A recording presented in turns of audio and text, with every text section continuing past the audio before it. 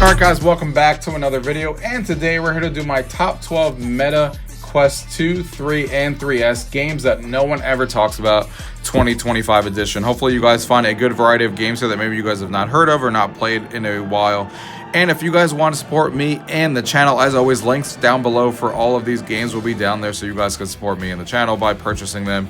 I appreciate every single one of you guys for watching these videos. Go ahead and like and subscribe if you guys like these type of videos. We have a lot more coming throughout the season. Let's go ahead and get into the video. Gaming tech, eating brekkie is the gaming tech. Going for a brekkie is the gaming tech. Gaming tech is the gaming tech. Gaming techie. Alright, so the first game here coming in at number 12 is called All On Board. This is a game that came out off of Kickstarter like about a year ago or so, and they have been consistently adding board games. If you guys are familiar with games like Tabletop Simulator on the PC, think that game but for PC, for the Meta Quest here, and they're doing a really good job with the games that are available already, like Terraforming Mars and some of these other ones that you guys are looking at. They are implementing these really well. The graphics are fantastic, and what I really like about this game that makes it stand out is that each of the games that you play has a unique environment that you actually play the game in that matches the game. So that really makes it fun to play these, and it really gives you the idea of like, oh, this is why playing board games in VR is really cool, because it puts you in that mood and it puts you in that environment and that ambiance. And again, they're doing a really good job with the actual games coming out, and I always look forward to the games that are coming out next, and I think more people should be on the lookout for this and, you know, play this game. All On Board coming in at number 12. The next game here coming in at number 11 is Party Versus. This is the game that came out last year and kind of came out of nowhere, in my opinion, made by Meta themselves. And basically it's like a WarioWare like party style game that you're playing. They throw a bunch of different mini games at you, but what makes it stand out is that you're playing this in mixed reality, and you can actually see the other person's room and the way that they have their layouts done. And unfortunately, it seems like this game didn't get as popular as I hoped, because I really wish Meta would have released more mini games. Maybe they still will, but I was hoping that they would, you know, do a DLC or something, because the game only came out at $9.99 and said like, hey, here's another 10 or 15 mini games, but that hasn't happened. But there's still like dozens of different mini games in here and stuff like that that really are fun to play, and just really give you the idea of like how mixed reality can work for mini games and work for multiplayer, and seeing everybody's room and how they actually have it designed is actually really super fun. So I think it did a good job. Party Versus coming in at number 11. The next game here coming in at number 10 is called Bounce Shot. Bounce Shot is exactly what it sounds like. It's like beer pong for VR, but not the beer, I guess. You're just throwing it in cups, but the physics on this game are really good. You can bounce it, you can throw it, and it really is that kind of addicting game that I always say like, oh, one more, and they have a variety of different mini games and stuff like that. I'm surprised that this game didn't get more popular than what it was, being the fact that everyone knows about this game and it's really addicting to play online, and you could like, you know, make rules that like, hey, while you miss a shot or stuff, you have to take a drink in real life and stuff like that. So I'm kind of surprised. But Bounce Shot coming in at number 10.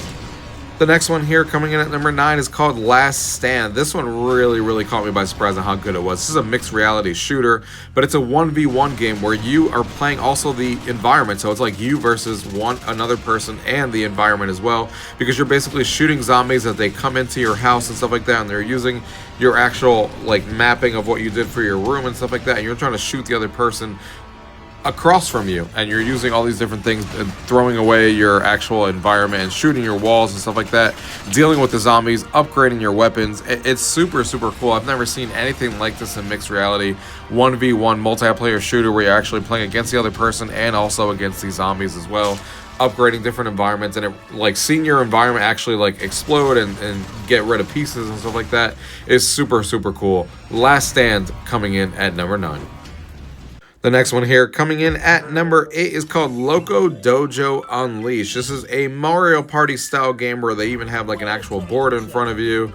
And it was actually out for a really long time, because this game originally came out on the PC for the PC platform as well, and then they put it over to the Quest a couple of years ago, and I still think it's a lot of fun. I think it's a lot of fun playing these different mini games that really can only be done if you're actually playing them in VR and you're competing against other people, trying to become like the black belt and stuff like that, and using the board in front of you to move around and try these different mini games and stuff. It is super unique.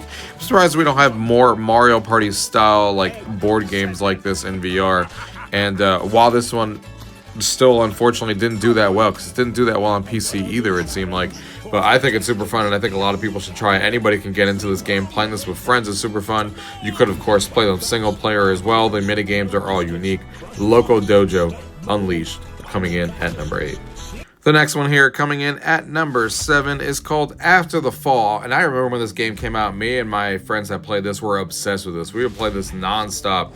Think Left 4 Dead, but for VR. And even though this game has been out for over a couple of years now, there is so much content in this game that you can never get bored. Not only is there the Left 4 Dead style gameplay where you're going through campaign missions and going through like the 5 or 6 levels that are in the game that are actually really big, and then going in there and upgrading your weapons to be able to do them a higher difficulty level, the same loop that Left 4 Dead has. There's also cooperative game mode. There's also multiplayer game modes like Team Deathmatch and stuff like that where you're playing these zombies. It is super fun, super unique. The graphics are fantastic. The upgrading is great. Yeah, this game was really good. I wish it continued going and they just kept adding DLC to it. After the Fall, coming in at number 7. The next one here coming in at number 6 is called Samba de Amigo. I think a lot of us recognize this title for the fact that it was on the Dreamcast. I was playing with those maracas back in the day, and yes, they brought this game over to VR, and I think they knocked this one out of the park. You guys know I love my music rhythm games, and the music and the vibe fits this game.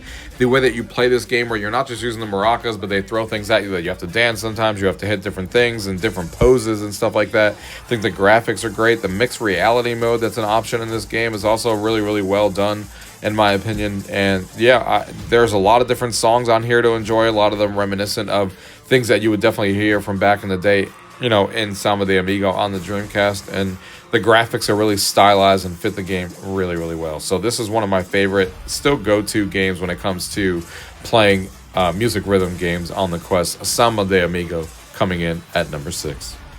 The next one here coming in at number 5 is called Wands Alliances. And I remember when this first game got announced, it was going to be a 3v3 multiplayer game.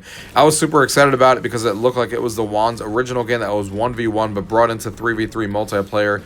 The graphics in this game are really fun, and it really makes you feel like you're Harry Potter in VR because you're doing different spells and stuff like that, casting them and upgrading your different spells that you have on your wand, and you're playing as a team trying to kill the other team and use all your different abilities and the environments that you get put in.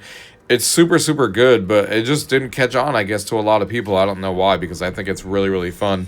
And I think a lot of people should give this game a chance because it's really, really good. If you like this style of gameplay, multiplayer, like shooters, but with wands and stuff like that, I think you guys will get a kick out of this game that's very, very unique. Especially if you like the original 1v1 dueling game that used to exist. This is just expanded on the same idea, but just 3v3 multiplayer. Really, really good in my opinion. Wands Alliances coming in at number 5. The next game here coming in at number 4 is called Mini Motor Racing X. Man, when this game came out, it was really, really good, but then they kept adding more to it. This is like an over-the-top like racing game, but there's so many different game modes in this game. First of all, the graphics and the levels and tracks that you're racing on are really, really good. But then they throw in all these wacky different mini games that you can play, not just regular racing, these party game modes that they have, like this bomb one that you're chasing people around, and then you have a Rocket League type one where you're racing in a car and trying to shoot and score goals and stuff like that. There's so many unique things. You could be in third person, first person, behind the car. So many different options in this game, so many different tracks, so many different game modes, and they did a fantastic job. And this is another one that I think kind of just went by the wayside. A lot of people didn't really hear about this game, didn't really play this game, and kind of went by the wayside. But it's still one of the best racing games that you can play on the Quest with the variety and sheer things that you could do in this game. This one is really, really good in my opinion. Mini Motor Racing X coming in at number 4. The next one here coming in at number 3 is called Blaston. Blaston is a fantastic 1v1 game where you're basically trying to kill each other and be the last one standing on the platform by using a variety of different weapons, and of course you can upgrade and level up and all that stuff. And I love the community that's evolved around this game. You can do like tournament style brackets where people can watch the 1v1 dueling and then obviously go up on stage to the person that stays on. I love their social hubs that they added to this game that they have, which I think are really super cool. The stylized graphics and stuff like that are also cool. What really sets this game apart is that you're basically playing a bullet hell shooter but in a multiplayer setting, because you're basically trying to shoot each other and stuff like that, and then you're dodging these bullets that are coming at you and stuff like that. Basically a bullet hell shooter for multiplayer. It's super unique, super fun. This game has been out for a really long time, like over 3 years at this point, and it's super fun, and I don't want this game to be missed by a lot of people, especially when it's free to play and it has super unique gameplay that you can't really get anywhere else. Blaston coming in at number 3. The next one here coming in at number 2 is called Maestro, and this is a game that I think a lot of people kind of passed by because they probably did the same thing I did. They probably saw the gameplay of this, and it's a music rhythm game. They were like, I don't really care about being in an orchestra or being like anything like this and conducting and all that stuff, and I did the same thing. And then they started releasing DLC for songs that I actually knew, things from Disney, things from Game of Thrones, things from Star Wars, and I was like, hold on a second. What? And Lord of the Rings as well. And they started adding this crazy good DLC, and I was like, I need to try this. And then I tried it, and it's become one of my favorite music rhythm games out there because the gameplay is so addicting. It works really, really well. I didn't think conducting and being a part of an orchestra and stuff would be fun, but I was dead wrong. That's why you never judge a book by its cover, because you never know how good a game is going to be. And then they started adding this DLC from songs that we actually like know and want to play. Game changer in my opinion, and now I play this game and I look forward to every time that they release DLC, and I look forward to the next time that they release it. Maestro coming in at number 2. And the last one here coming in at number 1 is called Racket Club, and this is from Resolution Games, my favorite developers that are doing VR games. They always release amazing games, and this game is no different. This is Racket Club. Variety of different game modes that you can play. They have single player, they have multiplayer, they have 1v1 online, 2v2 online. The physics in this game are spot on. It's my favorite sports game in VR. More and more people need to get in here. The community there's still a good community in here. You can definitely find matches, but more and more people need to come play this game because it is that good. And it's not just Racket Club now that you can play. Now there's like table tennis in there. There's other different sports that they've added over time.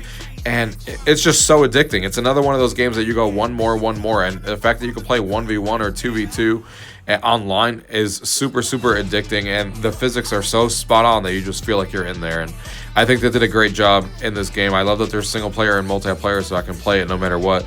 And they knocked this one out of the park. Racket Club coming in at number 1. Alright guys, I hope you guys enjoyed my list of my top 12 games for 2025 that no one ever talks about. Some good games here that hopefully you guys maybe have not heard of or have not played in a really long time that you want to go ahead and give another shot here. If you guys want to support me and the channel, links down below for all of these games will be included for my affiliate links. And I appreciate all of you guys for watching and supporting these videos. Go ahead and like and thumbs up the video if you can, and subscribe if you haven't already. And as always guys, thank you guys for watching. Until next time.